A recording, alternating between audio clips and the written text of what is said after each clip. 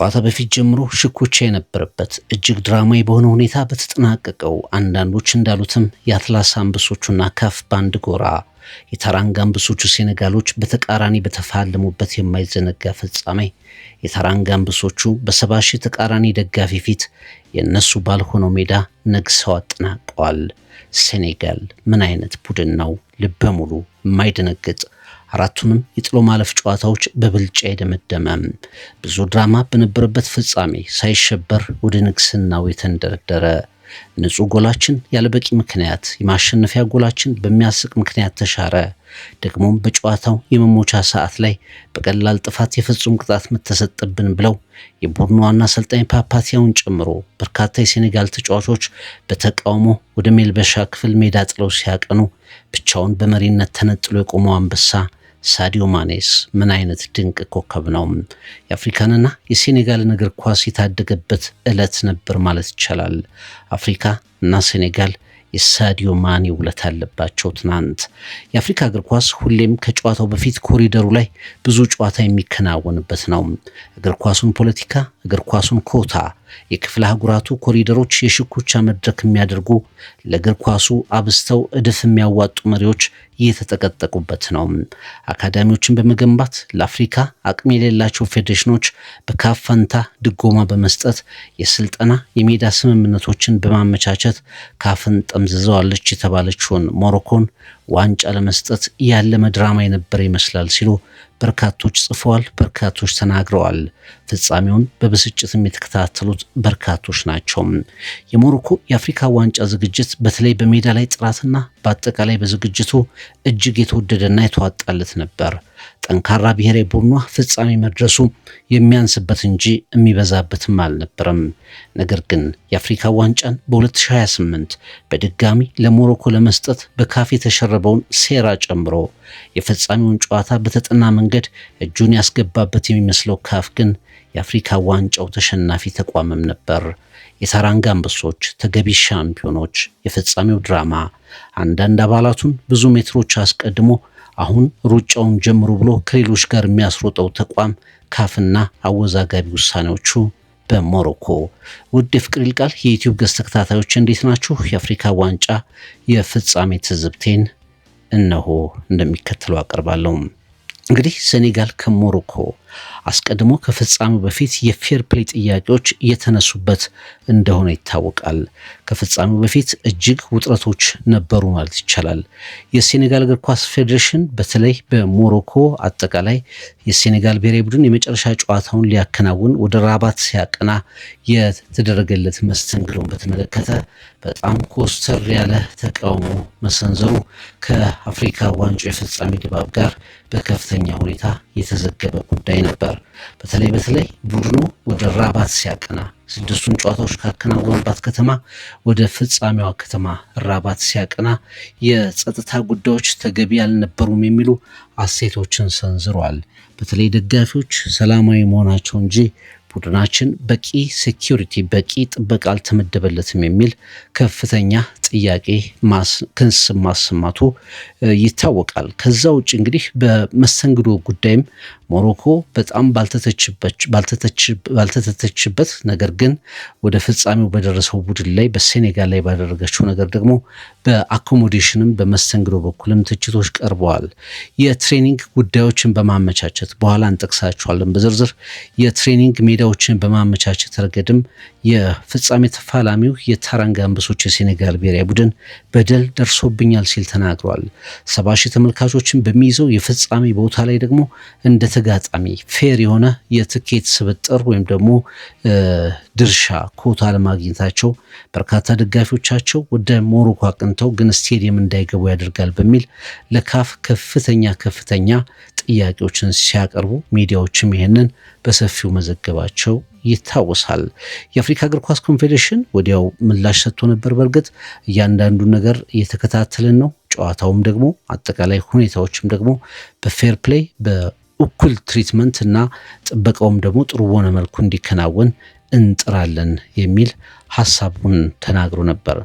የሴኔጋል ተጫዋቾች ከታንጊር ወደ ራባት ያቀኑት ባለፈው አርብ ነበር። ተጫዋቾቹ በትሬን ነበር የተጓዙት። ነገር ግን እስከ ራባት መድረሻ ድረስ በቂ የሴኪሪቲ ጥበቃዎች አለመኖራቸውን በጣም በተደጋጋሚ የቡድኑ አባላትም አሰልጣኙ ፓፓቲያውም ተናግሮ ነበር። ይሄ ለአፍሪካ እግር ኳስ ትክክል አይደለም፣ ይሄ ፌር ፕሌይ አይደለም፣ ይሄ ትክክል አይደለም፣ ለሞሮኮም ለአፍሪካ እግር ኳስም እጅግ አሳሳቢና አሳፋሪ ጉዳይ ነው የሚል ሀሳቦችን ማንሳቱ ይታወቃል። ከዛ ውጪ በመሐመድ ስድስተኛ የልምምድ ሜዳ ቡድኑ የተያዘለት መርሃ ግብርም ሜዳውን በመከልከል ምክንያት በመሐመድ ስድስተኛ ኮምፕሌክስ የሞሮኮ ቲም ስለሚጫወት የሴኔጋል ብሔራዊ ቡድን ያንን ሜዳ መጠቀም አይችልም የሚል ውሳኔ መወሰኑ፣ ተጨማሪ ማስተካከያ የትሬኒንግ መስሪያ ቦታ እንዲሰጠን በሚል ያቀረብነው ጥያቄ ተገቢ አለመሆኑ የስፖርቲንግ ፌርነስ የኩዌስችን ኦፍ ስፖርቲንግ ፌርነስ ያስነሳል በሚል የሴኔጋል እግር ኳስ ፌዴሬሽን በዝርዝር ለካፍ ማሳወቁ ይታወቃል።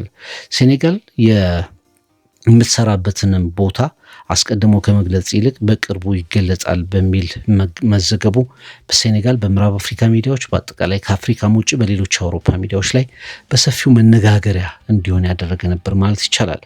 ለሴኔጋል ደጋፊዎች የቀረበው ትኬት መጠን 2853 ትኬቶች መሆናቸው፣ ይሄ ደግሞ በተለይ 70,000 ደጋፊዎችን በሚይዘው በሞዲ አብደላህ ስታዲየም በውቡ ሞዲ አብደላህ ስታዲየም ላይ አንድ ቡድን ብቻ በደጋፊዎች እንዲጫወት የሚያበረታ ነው በሚል ሌላኛውን ቅሬታ አቅርቧል። ግን የሞሮኮ እግር ኳስ ፌዴሬሽን በካፍ የመጨረሻው የደጋፊ ትኬት ሊሚት መሰረት ከሜዳ ውጭ ለሚመጣው ቡድን ከአስተናጋጅ ሀገር ውጭ ላለው ቡድን በካፍ ሕግ መሰረት የሰጠነው ነው የሚል መልስ ሰጥቶ ነበር።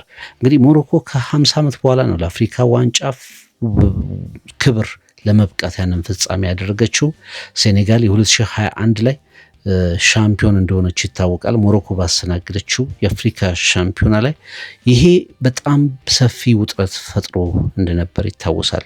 አንደኛው የመሐመድ ስድስተኛ የእግር ኳስ አካዳሚ ላይ ሴኔጋል ብሔራዊ ቡድን እንዳይሰለጥን መደረጉ፣ የሴኪሪቲ ጉዳዮች፣ የሴኔጋል ባለስልጣናት ወደ ሞሮኮ ከገቡ በኋላ ደግሞ እንደዚሁ ተገቢው ነገር አለመደረግ የመሳሰሉት ነገሮች ተነስተዋል። ከትኬት ጋር በተያያዘ በጣም ጥቂት የሚባሉ ትኬቶችን ማግኘታቸው እንደዚሁ ቅሬታ መፍጠሩን ማንሳት ይቻላል። ይሄ ውጥረት ባረገበበት ሁኔታ ነው የፍጻሜውን ጨዋታ የተመለከትነው። ከዛ ውጪ ማነው የፍጻሜውን ጨዋታ መዳኘት ያለበት የሚለውም እንደዚሁ የአፍሪካ እግር ኳስ ዋና አስተዳደር ካፍ ወድቆ የታየበት ነው የሚሉ በጣም በርካቶችም ናቸው። እስከ መጨረሻው ሰዓት ድረስ ከኳርተር ፋይናሉ ጀምሮ እንግዲህ የዳኝነት ምደባዎች ውዝግብ ሲያስነሱ ነበር። የናይጄሪያ እግር ኳስ ኮንፌዴሬሽን ራሱ በዳኝነት ላይ ቅሬታ አለው። ሞሮኮ አስተናጋጇ ሞሮኮ ራሱ የዳኝነት ቅሬታ አቅርባለች። ሴኔጋል፣ ሌሎችም የአፍሪካ ዋንጫው ተሳታፊ ሀገራት በዚህ ስሜት ውስጥ የገቡ ናቸው። ለማንኛውም በጣም ደማቅ የነበረው መስተንግዶ የተወደሰለት፣ ደጋፊዎቹን በአብዛኛው ጨዋ መሆናቸው የተነገረላቸው የሞሮኮ ደጋፊዎች በጣም በርከት ብለው እጅግ አስገራሚ ድባብ ፈጥረው በተጀመረው የአፍሪካ ዋንጫ ላይ ግን ሁሉም ነገር በተለይ ወደ መጨረሻዎቹ ትክክል አልነበረም። ሴኔጋል ከሞሮኮ የተሻለው ቡድን ሴኔጋል ነበር። ጥሩ ድሎችን ፈጥሮ ነበር። በጣም ኮምፖዝድ የተረጋጋ በጣም ምርጥ ቡድን ሆኖ ነው የቀረበው። ለአስተናጋጁ ሀገር ደጋፊዎች ጩኸት በጣም ፊት ያልሰጠ በጣም የተረጋጋ መከላከል፣ የተረጋጋ ጨዋታ፣ የተረጋጋ ስሜት ላይ እንደነበሩ ያስታውቅ ነበር። በአንጻሩ ሞሮኮ እስከ ፍጻሜው ከመጣው የአትላስ አንበሶች ጉዞ በአንጻሩ የመጨረሻው የፍጻሜ ጨዋታ ላይ ትንሽ መደናገጥ፣ ጫና ያለበት ቡድን ይመስል ነበር። ወደ ጨዋታ ሪትም ለመግባት ጊዜ ፈጅቶበታል። የመጀመሪያው አጋማሽ ላይ በተለይ ሙሉ ለሙሉ ተበልጦ ነበር። ሁለተኛው አጋማሽ ላይ ግን ትንሽ ለማንሰራራት ሞክሯል። ግን የሴኔጋል ብሔራዊ ቡድን ብዙ እድሎችን የፈቀደ አልነበረም። ጨዋታው በጣም የዋንጫ ጨዋታ እንደመሆኑ መጠን የታክቲካል ባትል ነበረው። ብዙ ሙከራዎች አልነበሩትም። ግን በጣም ጥሩ የሚባል ፉክክር እየተደረገበት ነበር። በመጨረሻ የአፍሪካን እግር ኳስ ትልቅ ጥያቄ ውስጥ የከተቱ ነገሮች ተከሰቱ። የአፍሪካ ዋንጫ የ2025 ፍጻሜ ወደ ለየለት ቀውስ አመራ። ዓለም በቴሌቪዥን መስኮቶች በጉጉት የሚከታተለው የአፍሪካ እግር ኳስ ኮንፌዴሬሽን ፕሬዚደንት ሞሴፔ፣ እንደዚሁ የፊፋ ትልቁ ሰው ዣን ኢንፋንቲኖ እና ሌሎችም ፖለቲካዊና የእግር ኳሱ ዓለም ቤተሰቦች በነበሩበት የጨዋታ ምሽት ላይ በጣም ያልተጠበቁ ነገሮች ተከሰቱ። የመጀመሪያው የሞሮኮ ፔናልቲ መሸለም ነው። ከዛ አስቀድሞ ግን በተለይ ሞሮኮ ፍጹም ቅጣት ምት ጨዋታው ሊጠናቀቅ የመጨረሻው ደቂቃ ላይ በደረሰበት ሰዓት ላይ ኤልሃዲ ማሊክ ዲዩፍ ብራሂም ዲያዝን የማዕዘን ምት ሲመታ አንገቱን ይዞ ጥሎታል በሚል ቫር ዳኛውን እነዚህ በአወዛጋቢ ሁኔታ የተመደቡ ናቸው። እነዚህ ኮንጎዊ ዳኛ ጂን ጃኩስ ንዳላ ንጋምቦ ይሰኛሉ። እኒህን ዳኛ ወደ ቫር ይጠራቸዋል። በጣም ከፍተኛው ውዝግብ ነው የተነሳው። ከዛ ፔናልቲ ይሰጣሉ። ከዛ አስቀድሞ አንድ ነገር ይከሰታል። ኢስማኤል ሳር የሴኔጋልን ጎል ያስቆጥራል። በጣም ከጥቂት ደቂቃዎች በፊት ኢድሪሳ ጋናጌ ወደ ከማዕዘን ምት የተመታችው እንኳን ሲመታ በተለይ በሞሮኮ ተከላካይ አሽራፍ ሀኪሚ ላይ ጥፋት ሰርቷል በሚል ጨዋታው ኳሷ ጎል ከመቆጠሯ በፊት ዳኛው ፊሽካ ይነፉና ነገሩን ጎሉን ይሽሩታል። ያ በጣም በፍጹም ለሴኔጋል ተጫዋቾች ሊቀበሉት ያልቻሉት ነበር። ከፍተኛ ተቃውሞ አላሰሙም፣ ግን በአንገታቸው በድርጊታቸው ተቃውሟቸውን ሲገልጡ ነበር። የሴኔጋል ብሔራዊ ቡድን አሰልጣኝ እያጨበጨበ ይታይ ነበር። ይሄው ተመልከቱት፣ ካፍ ወይም ደግሞ ለሞሮኮ ዋንጫውን የመስጠት ድራማውን ተመልከቱት በሚል መልክ ድርጊቱን ሲገልጸው ነበር። ሳዲዮ ማኔ፣ ሌሎችም ተጫዋቾች፣ ሳር ጎሉን ያስቆጠረው ኢስማኤል ሳር እና ሌሎችም ተጫዋቾች እንዴት ጎላችን በዚህ ልክ ይሻራል የሚል ነገር ተናገሩ። እውነት ለመናገር የኔ የግሌ እይታ ነው። በጣም ሶፍት የሆነ ንክኪ ነበር። የሴኔጋል ብሔራዊ ቡድን ጎል አስቆጥሮ ነበር፣ ትክክለኛ ጎል አስቆጥሮ ነበር የሚል እምነት አለኝ። ከዛ በኋላ በትክክል መንገድ ንክኪ ባለው ሁኔታ የኤልሃጂ ማሊክ ዲዩፍ ብራሂም ዲያዝን አላስፈላጊ በሆነ መንገድ አንገቱን ጠምዝዞ ጣለው። ቫር ያንን ተመለከተ። ዳኛው ፔናልቲ ሰጡ። ፔናልቲውም ትክክል ነው ባይኔ፣ ግን የሴኔጋል ብሔራዊ ቡድን ያስቆጠረውን ጎል በፍጥነት ቫር እንኳ ቼክ ሳያደርጉ የሻሩበት መንገድ፣ እንደገና ደግሞ በጣም ባለቀ ሰዓት ከጥቂት ደቂቃዎች በኋላ በቀጥታ ለሞሮኮ ብሔራዊ ቡድን የፍጹም ቅጣት ምት እንዲሰጥ ማድረጋቸው ነገሮችን ሁሉ ቀያየራቸው። ከዛ በኋላ ዳኛው ፔናልቲውን ለማስመታት ቢሞክሩም የሴኔጋል ብሔራዊ ቡድን አሰልጣኝ ፓፕ ቲያው ሁሉም ተጫዋቾቹን ሜዳ ለቀው እንዲወጡና ወደ መልበሻ ክፍል እንዲያመሩ አመጹን በመምራት ትልቅ ሚና ተጫወተ። በዚህ ሰዓት አንድ ተጫዋች ብቻውን ሜዳው ላይ ይታይ ነበር። ከሞሮኮ ጨዋሂ ደጋፊዎች፣ ከስታዲየሙን ከሞሉ ደጋፊዎች እንዲሁም ደግሞ ሞሮኮ ብሔራዊ ቡድን ተጫዋቾች ጋር አረንጓዴ ለብሶ ሜዳ ውስጥ መውጣት የለብንም የሚለው ሰው የሴኔጋል ውድ ልጅ የባምባሊው ጌጥ ሳዲዮ ማኔ ነበር። ጨዋታው 16 ደቂቃዎችን ያህል አካባቢ ዘገየ። ዓለም ተመለከተ። በጣም በርካታ ነገሮች ሲከናወኑ አየን። ሜዳው ላይም ከሜዳው ውጭ የቀድሞ የሴኔጋል ተጫዋቾች አልሃጂ ዲዩፍን ጨምሮ በርካቶች ብስጭታቸውን ቢገልጹም በደጋፊዎች ደረጃም የሴኔጋል ደጋፊዎችም እንደዚሁ ግማሾቹ ለቀን እንውጣ የሚል ምልክት ሲያሳዩ ቢታይም ከ16 ደቂቃዎቹ ዝግብ በኋላ በተለይ በሳዲዮ ማኔ መሪነት የሴኔጋል ብሔራዊ ቡድን ፔናልቲው እንዲመታ ከመልበሻ ክፍል በተለየ ሞራል ወጣ። ጥቂት ሽኩቻዎች ከተከናወኑ በኋላ ብራሂም ዲያዝ ከኤድዋርድ ሜንዲ የሴኔጋሉ ግብ ጠባቂ ኤድዋርድ ሜንዲ ከብራሂም ዲያዝ የመጨረሻው ሰዓት ላይ ጭማሪው ሰዓት ላይ 8ኛው ደቂቃ ላይ የሚመታው ምት ጎል ከተቆጠረ ሞሮኮ ከ1976 አዲስ አበባ ካስተናገደችው 10ኛው የአፍሪካ ዋንጫ በኋላ ማለትም ከ50 ዓመት በኋላ የአፍሪካ ሻምፒዮን ትሆናለች። የሴኔጋሎች የታራንጋ አንበሶች ጉዞም በዚሁ ይደመደማል ማለት ነው። ብራሂም ዲያዝ የአፍሪካ ዋንጫው ድንቅ ኮከብ ነበር። የሞሮኮ ውድ ልጅ ነበር። በሁሉም ጨዋታዎች ላይ ጎል እያስቆጠረ መጥቶ ነበር።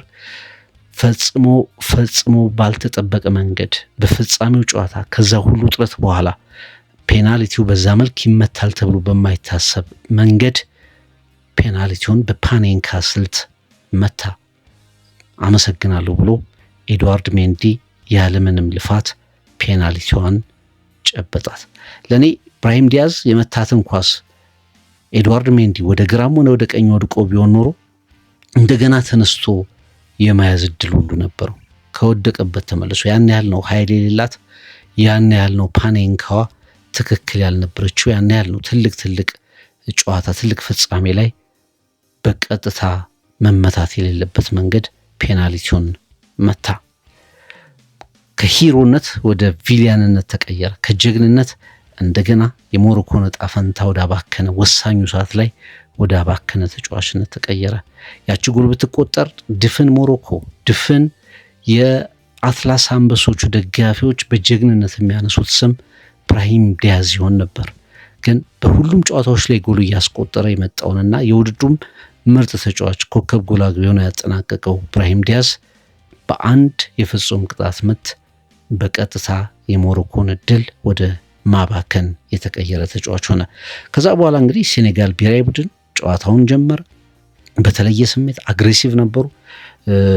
ደጋፊው የፈጠረው ነገር፣ ዳኛው ፈጥሮብናል ብለው የሚያስቡት ነገር፣ ሁሉም ነገር ከኛ ተቃራኒ ነው ብለው ማሰባቸውን በሜዳ ላይ ባለ አግሬሽን፣ በሜዳ ላይ ባለ ያጨዋወት ስልት ቀየሩት። በጣም ምርጡ ተጫዋቻቸው ፓፓጋይ በድንቅ ሁኔታ ጎል አስቆጠረ። በኤክስትራ ታይም ላይ ያቺ ጎል ብቸኛዋ የማሸነፊያ መንገድ ሆነች። ብራሂም ዲያዝ የውድድሩ ምርጥ ተጫዋች ለብዙዎቹ ምናልባት ሻምፒዮን ቢሆኑም ኮከብ ጎል አግቢ ምርጡም ተጫዋች የሚሆነውም ተጫዋች ነበር። ዋሊድ ራግረጊና ሌሎችም ተጫዋቾች ሲያጽናኑ ታየ፣ ሲያለቅስ ታየ። ከጨዋታው መጠናቀቅ 8 ደቂቃዎች ቀድሞም እንደዚሁ ሜዳ ውስጥ ያለው ስነ ልቦና ትክክል ስላልነበር ተቀይሮ ወጣ። የ26 ዓመቱ ኮከብ በቀጥታ እያለቀሰ ወደ መልበሻ ክፍሉም ሲገባ ተመለከተን።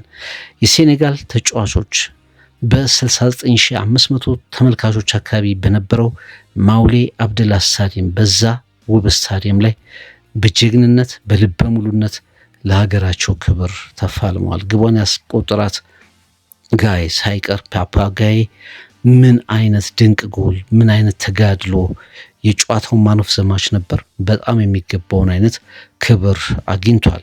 ስለዚህ የዳኝነት ውዝግቦች ቶርናመንቱን የአፍሪካ ዋንጫውን በከፍተኛ አደጋ ውስጥ ከተውት ነበር ማለት ይቻላል።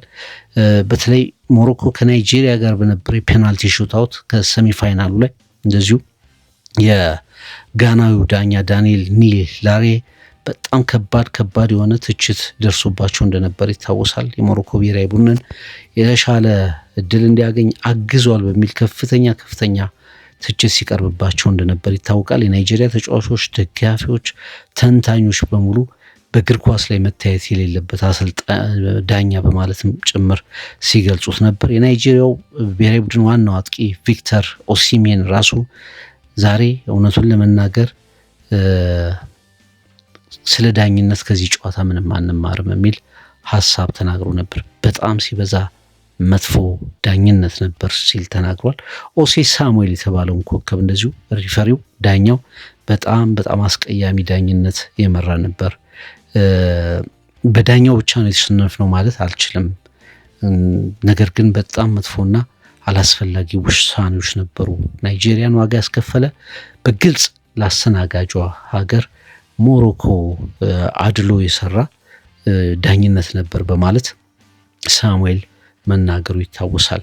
የአፍሪካ ዋንጫው ከእጅ ሊወጣ ምናልባትም በመጥፎ ገጹ ሊጠናቀቅ ጥቂት ቀርቶት ነበር። ሴኔጋል ሞሮኮን 1-0 በኤክስትራ ታይም በተቆጠረ ጎል አሸንፋ በጃንዋሪ 18 2026 የተደረገውን በማውሊ አብደላ ስታዲየም ራባት የተደረገውን የአፍሪካ ዋንጫ በክብር ከማንሳቱ በፊት የነበሩት ነገሮች በሙሉ የካፍና እንደገና የካፍ ውድ ልጅ እየሆነች የመጣችው ሞሮኮ ሴራ ነው በሚል በርካቶች ሀሳብ እየሰጡበት ይገኛሉ።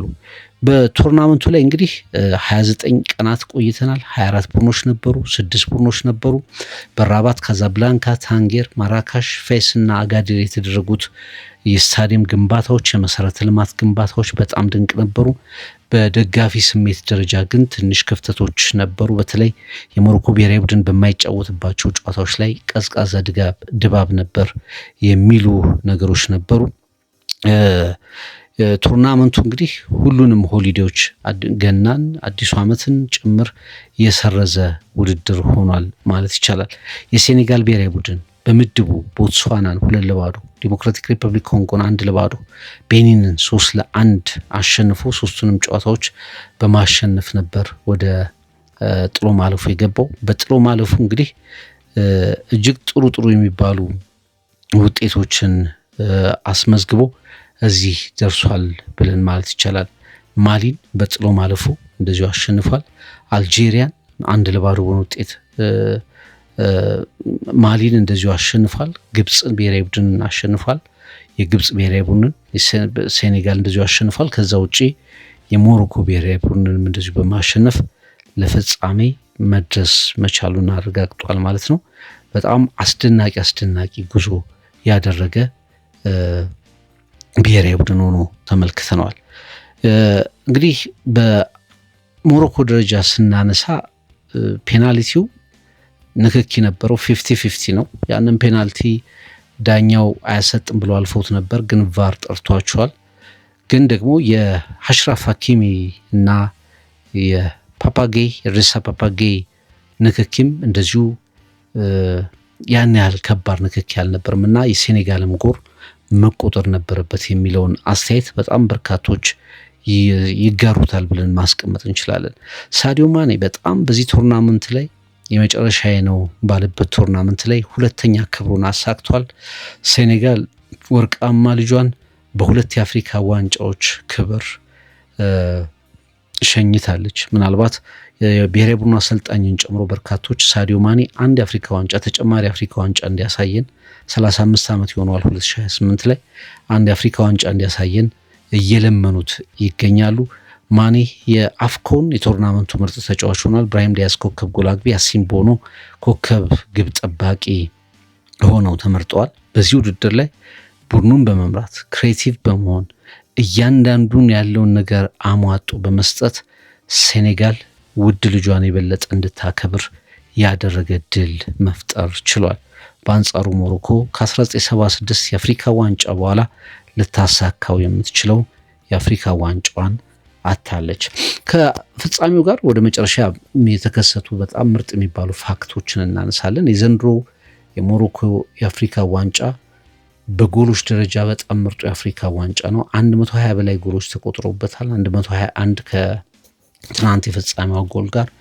ይህም በአፍሪካ ዋንጫ ታሪክ ትልቁ ሪከርድ ነው። ጥቂት 0-0 ጨዋታዎች ነበሩት። በጣም ኳሊቲ የነበራቸው የአፍሪካ ዋንጫ የጥሎ ማለፍ የምድብ ጨዋታዎችን ተመልክተንበታል። በዝግጅቱ በጣም ጥሩ ነበር። ሞሮካውያን በአብዛኛው የተወደሱበት ዝግጅት ነበር ማለት ይቻላል። ግን ሞሮኮ ካፍ እና የአፍሪካ ዋንጫ ውሳኔዎች፣ በሞሮኮ የተወሰኑ ውሳኔዎች እንደገና መወሰን ሲገባቸው በሴራና በአንዳንድ እሳቤዎች ምክንያት እየተገፉ የመጡ ግልጽ ያልሆኑ ነገሮችን በተመለከተ ግን ስለ ካፍ አንዳንድ ነገሮችን ብለን በኋላ የአፍሪካ ዋንጫው ልዩ ፋክቶች ምንድናቸው የሚለውን ተናግረን እንደመድመዋለን ፕሮግራማችንን። የአፍሪካ እግር ኳስ ሁልጊዜም እንግዲህ ዲፕሎማሲው ከጀርባ ብዙ ነገር ያለበት፣ የአፍሪካ ፖለቲካ የጂኦፖለቲክስ እግር ኳሱ ላይ ዘው ብሎ የገባበት፣ አንዳንድ ሀገራት የበለጠ ጫና ያላቸው ቅድም በመግቢያ እንደገለጽኩት 10-20 ሜትር ያስቀድምና አንዳንድ ሀገራትን ከሌሎች ሀገራት ጋር አሁን እኩል ሩጡ የሚል የእግር ኳስ ፌር ያልሆነ ስራዎች የሚሰሩበት እንደሆነ ለአመታት የተነገረ ጉዳይ ነው። በኮሚቴዎች በክፍሎች ውስጥ ያለ ግልጽ ውይይቶች ትልልቅ ውሳኔዎች የሚወሰኑበት ተቋም ነው እና ከቅርብ ጊዜ ወዲህ ካፍ ሞሮኮ ያላቸው ግንኙነት በአፍሪካ እግር ኳስ ውስጥ በአንድ ወቅት ግብፅና ሞሮኮ ይዘውት የነበረውን መልክ እየያዘ ነው በሚል በርካታ ትችቶች ይነሳሉ። በሞሮኮና በአፍሪካ እግር ኳስ ኮንፌዴሬሽን መካከል በጣም ረጅም ጊዜ የቆየ ስትራቴጂ እየተነደፈ ይመስላል። በእርግጥ ሀገሪቱ እጅግ ድንቅ የሚባሉ አካዳሚዎችን መስርታለች። ስታዲየሞቿ በጣም ውብ ናቸው። በአውሮፓ ደረጃ በትልቁ ስታንዳርድ ውስጥ የሚገኙ ናቸው። የዓለም ዋንጫ ማዘጋጅ ነች። 2030 ላይ ከፖርቹጋልና ከስፔን ጋር የዓለም ዋንጫን የተወሰኑ የዓለም ዋንጫ ጨዋታዎችን ታስተናግዳለች። ለሌሎች ሀገራት ኢትዮጵያን ጨምሮ ቀጥተኛ ድጋፍ ታደርጋለች። ሜዳ ያጡ የምዕራብ የሴንትራል አፍሪካ ኢስት አፍሪካ ሀገራት ወደ ሞሮኮ እንዲያቀኑ ታደርጋለች። ያንንም በማድረግ ደግሞ ይሄ ፖዚቲቭ የሆነ ኢሜጇን እየጨመረች ትገኛለች። ያ ብቻ አይደለም።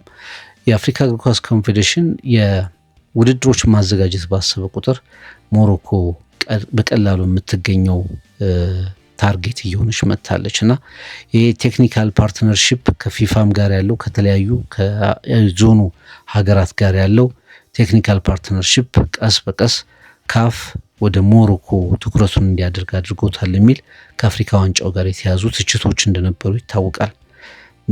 ሞሮኮ ቀስ በቀስ ካፍን እየተቆጣጠረችው ነው።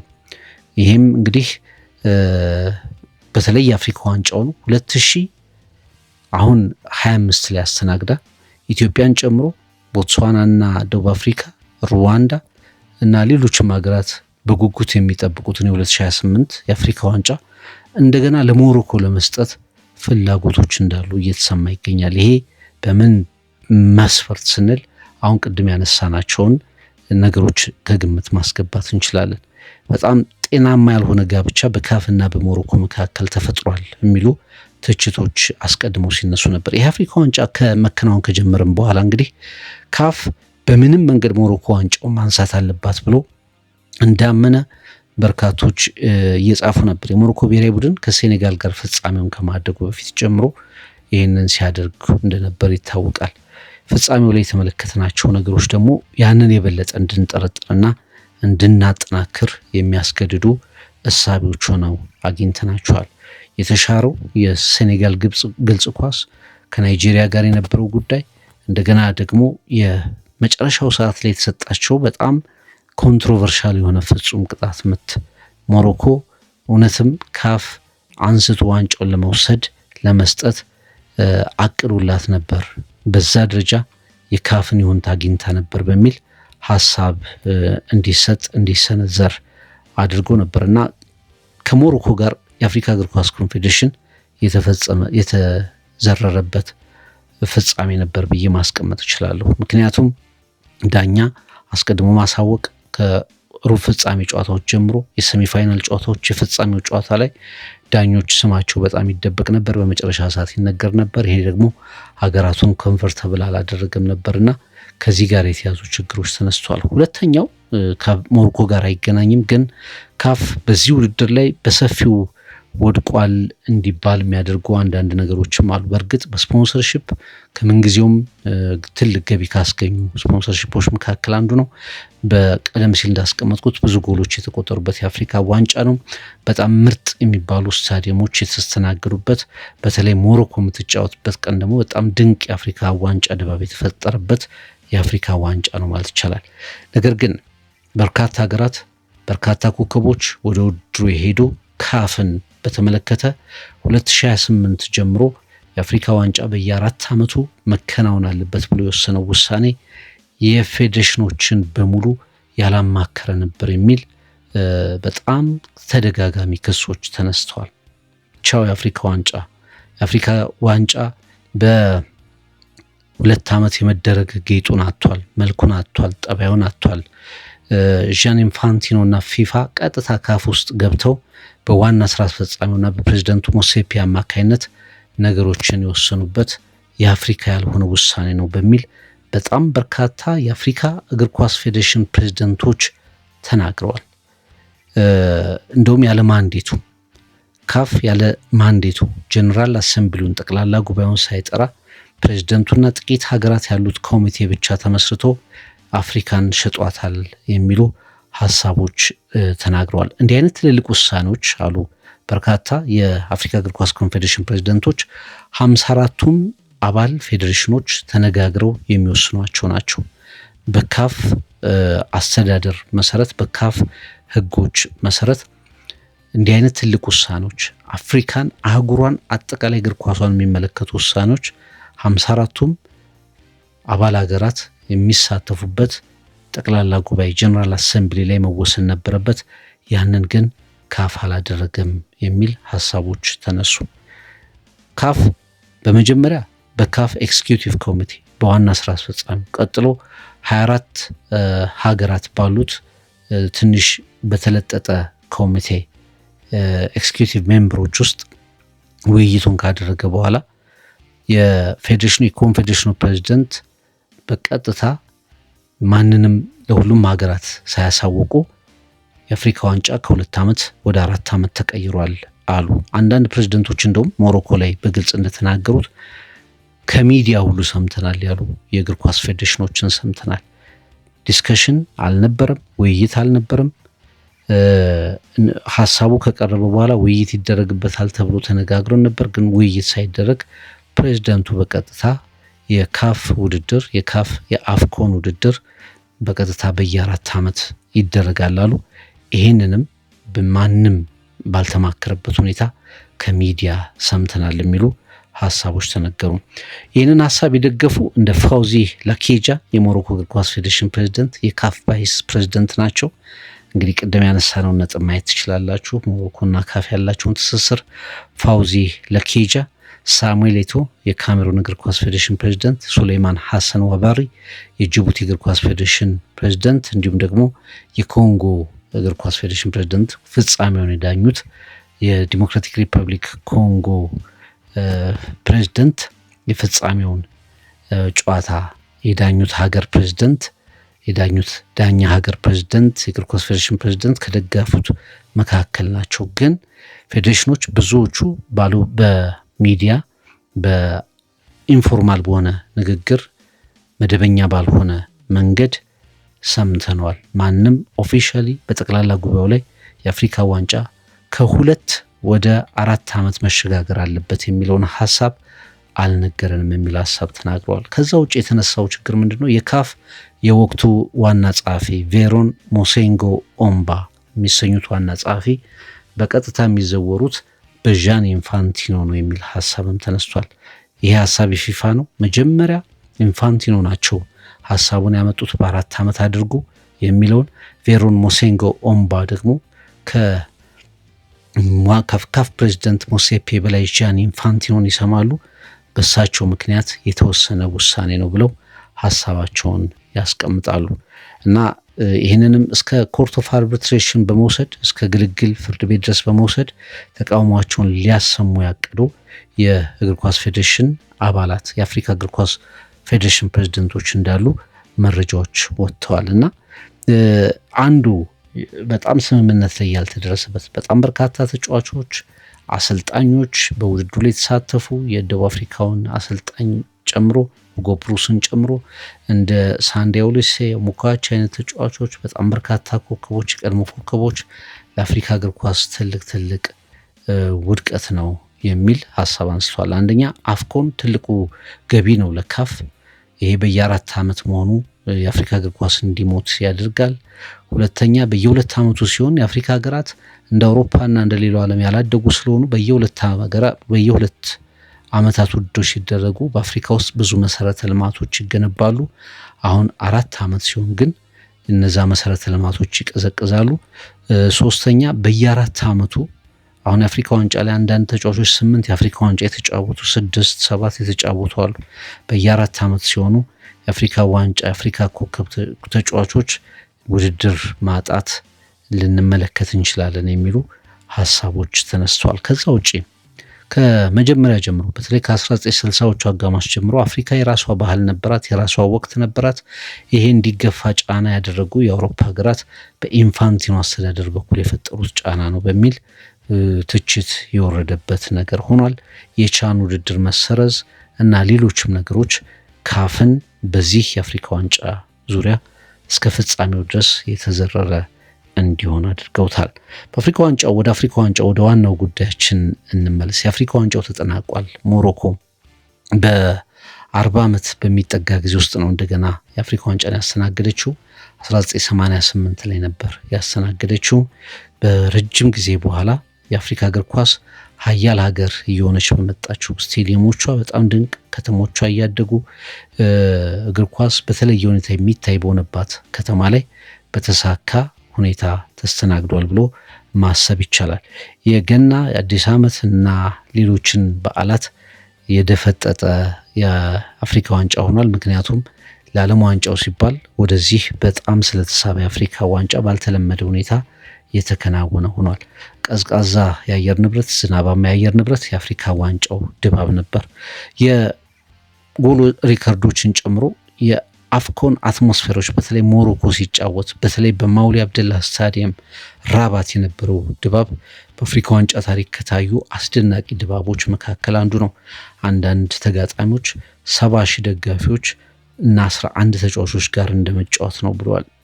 ማያርፍ በጣም ፓሽን ያለው የእግር ኳስ ደጋፊ ተመልክተናል። ብራሂም ዲያዝ የጨዋታው የውድድሩ ክስተት ነበር።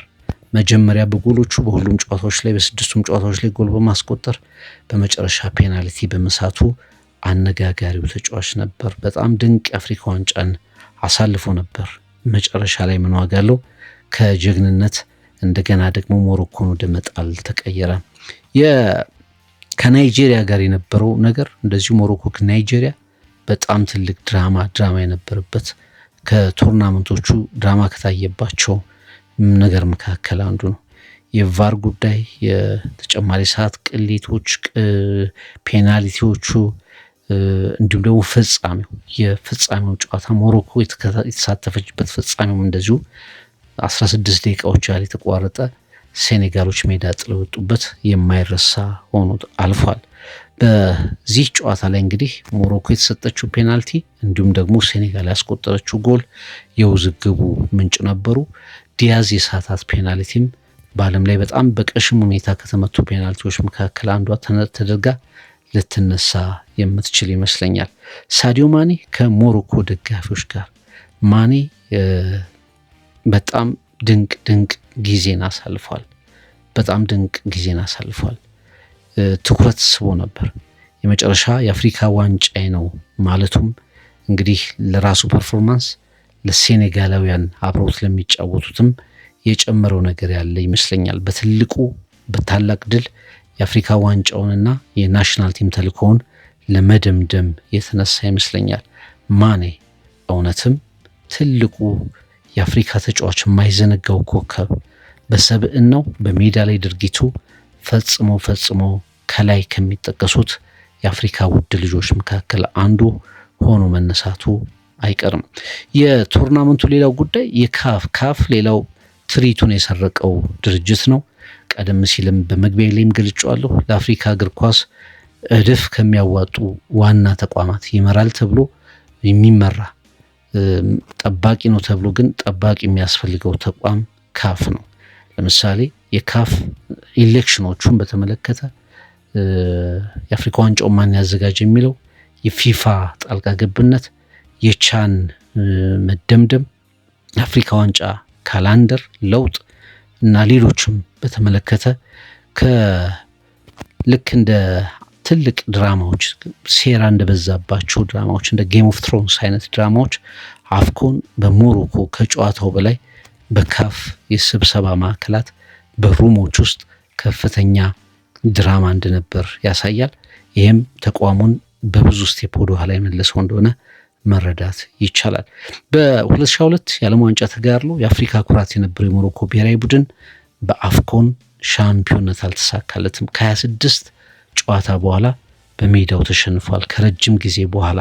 ነገር ግን ዋናውን አሰልጣኙን ራግድጉዊን ጨምሮ የሞሮኮ ብሔራዊ ቡድን ያሳየው ተጋድሎ፣ የደጋፊዎቹ ቲፎ ዝማሪያቸው፣ ሰንደቅ ዓላማውንና መዝሙሯን ሲዘምሩ ያላቸው ፓሽን ሞሮኮዎች የማይረሳ የአፍሪካ ዋንጫ እንዲሰጡ አድርጓቸዋል።